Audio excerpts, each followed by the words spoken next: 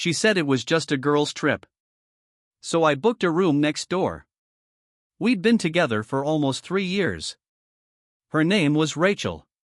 She'd always been independent, loved traveling with friends, going on weekend getaways, and doing her own thing.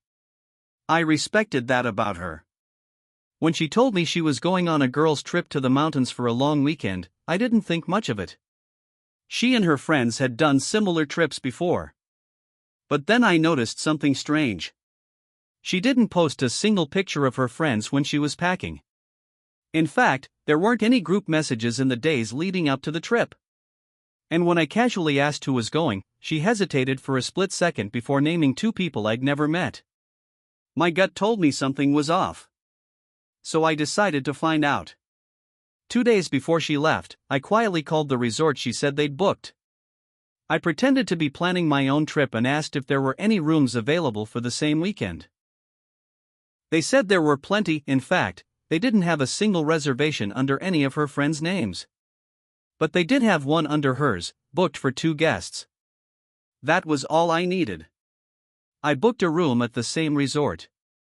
The day she left, I waited a couple of hours, then drove up. Checked in, went to my room, and waited until evening.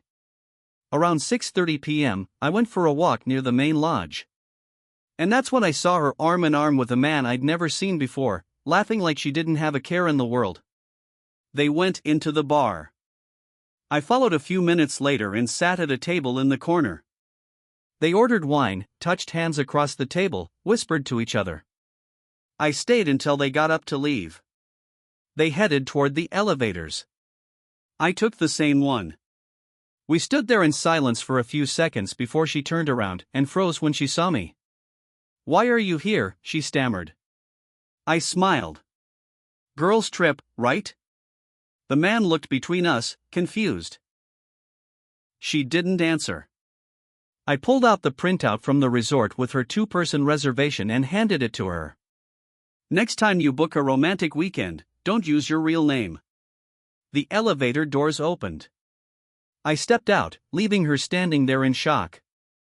Back in my room, I packed my bag and left that night. She called me over and over, but I didn't answer. The next morning, I sent her a single text, "Trip's over." Here's what I learned. If you're going to lie, you better be sure the truth isn't staying in the room next door. I knocked on the hotel door, and he answered. We'd been together for almost 3 years. Her name was Melissa. She was sweet, outgoing, the type who could talk to anyone. I trusted her completely until small cracks started to show. Late nights at work, sudden weekend business trips, constant texting with her phone tilted away from me. I told myself I was imagining it. Then one Thursday, she told me she had to go out of town for a work conference. "It's just one night," she said, "I'll be back tomorrow afternoon." But something about the way she said it didn't sit right.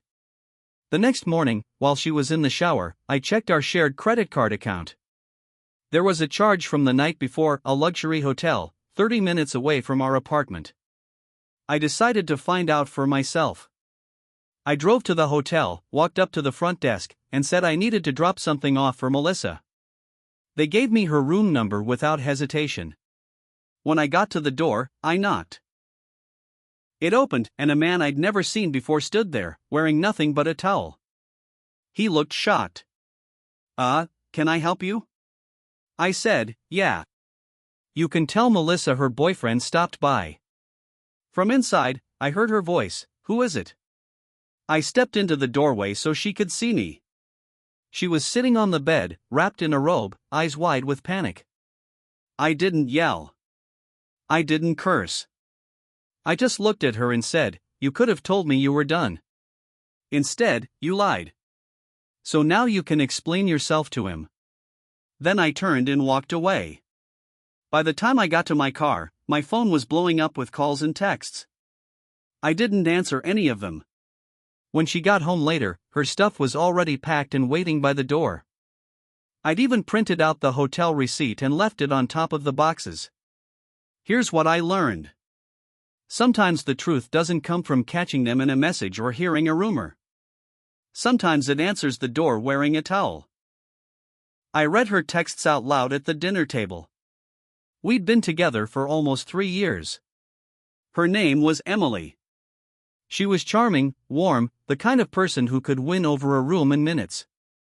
Our friends always joked that we were the golden couple. But for the last couple of months, something felt off. She started guarding her phone like it was a vault. She'd step outside to take a call, her messages would get cleared before I could ever glimpse them.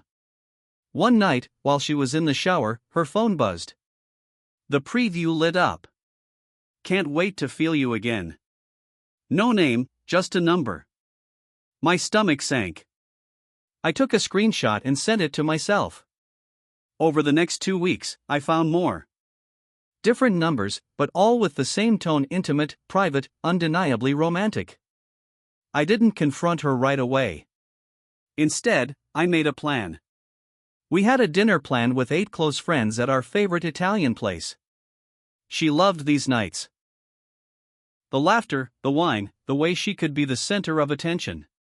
Halfway through the meal, when everyone was laughing and the conversation was flowing, I pulled out my phone and said, "Hey, Emily, you might want to explain these." I opened the screenshots and started reading the messages out loud. The table went dead silent. Emily froze. "Stop. We're not doing this here."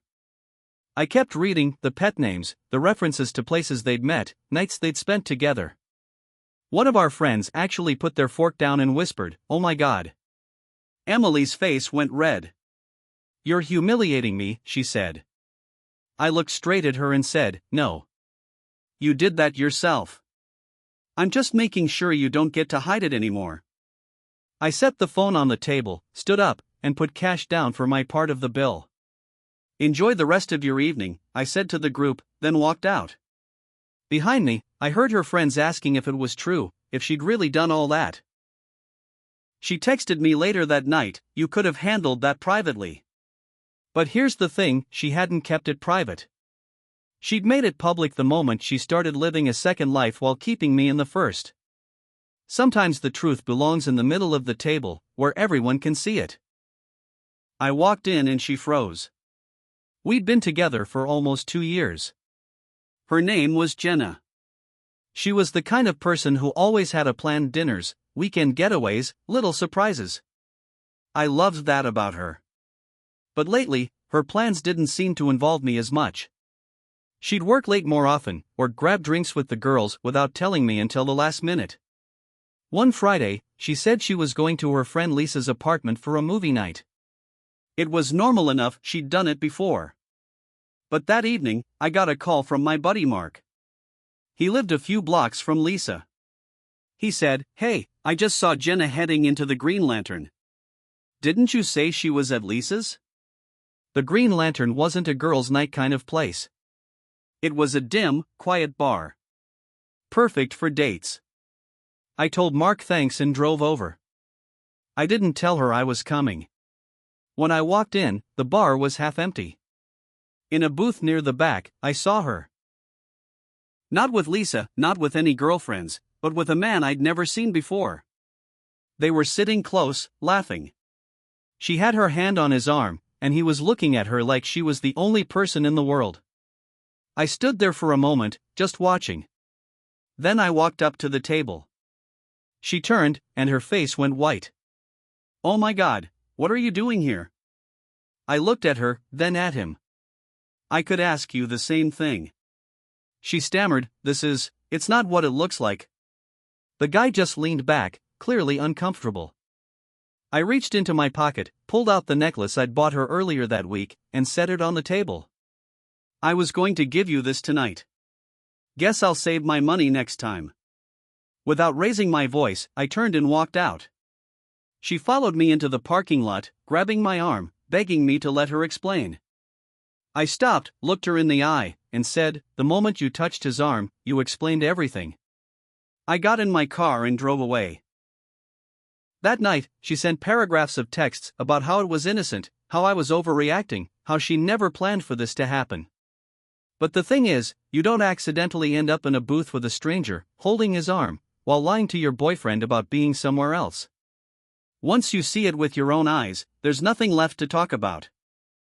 I collected every lie and handed them to her in a box. We'd been together for 2.5 years. Her name was Claire. She was sharp, ambitious, always in control. She also had a way of making you feel crazy for questioning her. When she started working late almost every night, I asked if everything was okay. She'd smile, kiss me on the cheek, and say, "Just the job, babe. You know how it is." But something didn't feel right. One night, I picked her up from work unexpectedly. She looked surprised, almost uncomfortable, and asked why I was there. I brushed it off, but in my gut, I knew. So I started keeping track. Every night she claimed she was at the office, I wrote down the date. I checked her location history when she left her phone unattended. Sometimes she was across town at restaurants, sometimes at the same apartment complex. I took photos from a distance, her getting out of a car, her walking with a man I didn't know, her holding his hand. I never confronted her. I never even hinted that I suspected anything. For 3 months, I built a file. Screenshots of texts she forgot to delete from our shared tablet. Bank charges for dinners for 2. Even a hotel reservation she booked under her own name. Then I waited for her birthday. We'd planned a big dinner with her family and friends. She was glowing all day, posting about how lucky she was to have me. Halfway through the evening, I gave her a gift. A small box, neatly wrapped. She opened it, smiling, until she saw what was inside. Photos. Receipts. Screenshots. Her smile collapsed. The color drained from her face. I leaned in and quietly said, "That's every lie you've told me in the last 3 months." She didn't say a word. Her hands were shaking. People at the table were asking what was wrong. I stood up and addressed everyone. "I'm sorry to interrupt your evening, but Claire and I are done. She can explain why." Then I walked out, leaving her with the box. That night, she called me 14 times. Left messages saying she never meant to hurt me and that she was going to end it with him. But here's the thing, when someone spends months building a second life behind your back, they already ended it with you. You're just the last one to know. I waited until the wedding toast to end it. We'd been together for 4 years. Her name was Anna. We were engaged, planning a wedding, and everyone thought we were the perfect couple. I thought so too, until 3 months before the big day. One night, Anna left her phone on the couch while she went to grab something from the kitchen. A message lit up from someone named Chris. It said, "Last night was incredible. I can't stop thinking about you." My heart stopped. I didn't open it, but I started watching. I noticed how she'd smile at her phone late at night, how she suddenly had work meetings that went until midnight, how she was always exhausted when she came home. A week later, I saw her leave work early and get into Chris's car. I followed them to a hotel. I didn't go in. I didn't need to. I went home, sat in our apartment, and thought about what to do. Calling off the wedding would be easy, but she'd spin the story to make herself the victim. I wanted the truth out in the open, with no room for lies. So I waited. The wedding day arrived. Everyone we knew was there, her family, my family, lifelong friends, coworkers. Anna looked beautiful. She smiled at me like nothing was wrong. When it was my turn to give a toast, I stood up, holding my champagne glass. "I want to thank everyone for coming," I began. "And I want to thank Anna for showing me exactly who she is before we made the biggest mistake of our lives." The room went dead silent. I took out my phone and read Chris's message aloud. Then I looked at her and said, "I know about the hotel.